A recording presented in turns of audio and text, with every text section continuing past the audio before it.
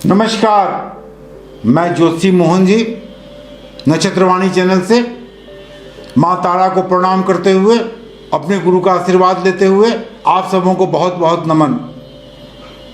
आज का विषय है कि क्यों हमारे पूर्वज अपने समय में 4 दिन भोजन नहीं करते थे। वो कौन सा दिन था?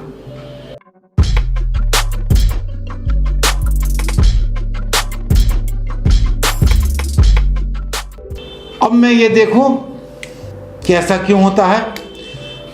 तो भोजन, पका पकाया भोजन हम लोग जब ग्रहण करते हैं तो शरीर को काफ़ी मेहनत करनी पड़ती है उसको पचाने में, उसको हर तरह से पचा के फिर बाहर मल के रूप में निकालने में शरीर को काफ़ी मेहनत करनी पड़ती थी। तो हर इंसान को जानना चाहिए कि उसकी शरीर की ज़रूरत क्या है, उसका शरीर उस व्यक्ति से क्या खोज रहा है। इस पर हर व्यक्ति को विचार जरूर करनी चाहिए। अगर हम सक्षम नहीं है विचार करने में, हमें इसका जवाब नहीं मिल रहा है, तो एक उपाय है। एकादशी से लेके पूर्णिमा या अमावस्या तक हमारे पूर्वज खाना को त्यागते थे और केवल एक टाइम अल्पाहार करते थे। इसके क्या क्या कारण हैं? पूजा पाठ में अगर खा पी के आप पूजा करते हैं तो आपको नींद आने लगती है, शरीर से पसीने के रूप में बहुत ज़्यादा दुर्गंध आने लगती है और ये पूजा के लिए पूर्ण वर्जित है। अब मैं चर्चा कर रहा हूं कि एकादशी, द्वादशी, त्रयोदशी और अमावस्या या पूर्णिमा, ये विशेष 4 दिन क्या होते हैं। मैं बता दूं कि एक भोजन के बाद कम से कम 8 घंटा दूसरा भोजन नहीं करना चाहिए। अगर 8 घंटे के बीच फिर से दूसरा भोजन आप कर लिए या 5-6 घंटा के बाद फिर से दूसरा भोजन कर लिए तो आपके शरीर को काफ़ी मेहनत करनी पड़ेगी उसको पचाने में, उसकी क्रियाओं को संचालित करने में। तो ध्यान रखें। अब मैं बताता हूं आपको कि एकादशी, द्वादशी, त्रयोदशी और पूर्णिमा या अमावस्या का क्या महत्व है। शुक्ल पक्ष के अंतिम तिथि पूर्णिमा और कृष्ण पक्ष की अंतिम तिथि अमावस्या कहलाता है। पंचांग के अनुसार अमावस्या की तिथि 30वीं तिथि होती है और 30वीं तिथि का बड़ा ही मान्य है। सही रूप से देखिए तो न्यूमरोलॉजी कहिए, एस्ट्रोलॉजी कहिए, चाहे जो कह लें आप, 3, 6, 9, 3, 6, 9 अंक ऐसा है कि जो चमत्कारिक अंक है। तो पूर्णिमा तिथि में आप देखते होंगे आज के दिन भी बहुत से घरों में सत्यनारायण स्वामी की पूजा होती है, यानी पूर्णिमा तिथि विष्णु जी की तिथि है। तो एकादशी, द्वादशी,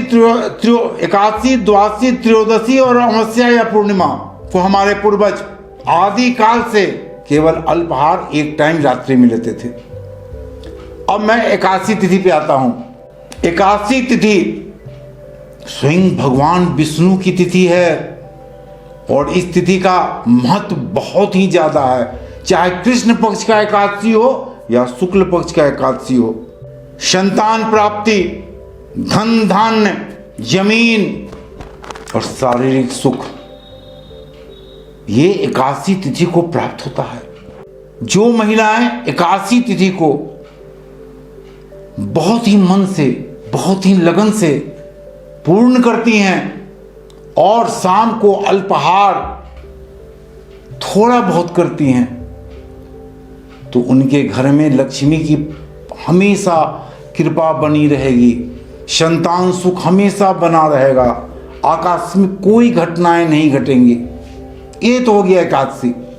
अब मैं द्वादशी पे आता हूं। द्वादशी तिथि भी विष्णु जी की ही तिथि है। तो अंतर दोनों में क्या है कि अगर द्वादशी तिथि को भी आप विष्णु पूजा करते हैं और एक टाइम भोजन करते हैं तो ऐसे मनुष्य हमेशा विजयी रहते हैं। पूरे ब्रह्मांड में उनको यश सम्मान मिलता रहता है और उनके दुश्मन उसे हिला नहीं पाएंगे। ये द्वादशी तिथि की गरिमा हो गई। अगर कोई महिलाएं द्वादशी तिथि भी करती हैं तो ये जान लें कि उनके घर में टोना टुटका हो नहीं सकता है। उनके पति और पुत्र कितने भी कष्ट में पड़ जाएं, संकट में पड़ जाएं, उनका संकट दूर हो जाता है। अब मैं त्रयोदशी तिथि की चर्चा करता हूं। त्रयोदशी तिथि भगवान शिव का है और इस तिथि में शाम को पूजा पाठ के बाद एक टाइम शाम को अगर अल्पाहार लिया जाए तो शिव बहुत जल्दी प्रसन्न हो जाते हैं। अगर हमारी माताएं बहनें त्रयोदशी तिथि करती हैं, खास करके हमारी बेटियां जिनकी शादी में काफी विलंब हो रही है, वो त्रयोदशी तिथि को करें और शिव से वरदान मांगे, अच्छे वर का अवश्य पूरा होगा। अब मैं चतुर्दशी तिथि की चर्चा करता हूं। चतुर्दशी तिथि भी भगवान शंकर की है, लेकिन वो भगवान शंकर जिनका वास शमशान में होता है, उनके लिए चतुर्दशी तिथि का महत्व बहुत ही ज्यादा है। शमशानवासी शिव की भक्ति चतुर्दशी तिथि में हमारे प्रायः तंत्र मंत्र करने वाले अवश्य करते हैं। मैं यहां कहूंगा अपनी माताओं बहनों को कि चतुर्दशी तिथि में आप उपवास रखें और पति की पूजा करें घर में, और अल्पाहार शाम को ले। आपके पति की उम्र जो है बहुत लंबा हो जाएगा। यहां पर मैं बताना चाहूंगा कि तंत्र मंत्र करने वाले चतुर्दशी तिथि को शमशान में जरूर पूजा करते हैं। अगर आप पर किसी ने तंत्र मंत्र कर दिया तो आप चतुर्दशी तिथि को केवल बटुक भैरव या क्रोध भैरव के 108 मंत्रों का जाप करें और जाप के बाद अल्पाहार लें। आपका ये संकट दूर हो जाएगा। अमावस्या तिथि तो जानते ही हैं। अमावस्या तिथि सबसे काली रात होती है। ये श्मशानी रात है। श्मशान में क्रियाएं होती हैं। इस दिन बहुत सारे टोने टुटके, भगवान शिव की भी पूजा होती है, बटुक भैरव की भी पूजा होती है। माँ काली की पूजा अमावस्या तिथि में अवश्य होनी चाहिए और अवश्य करनी चाहिए।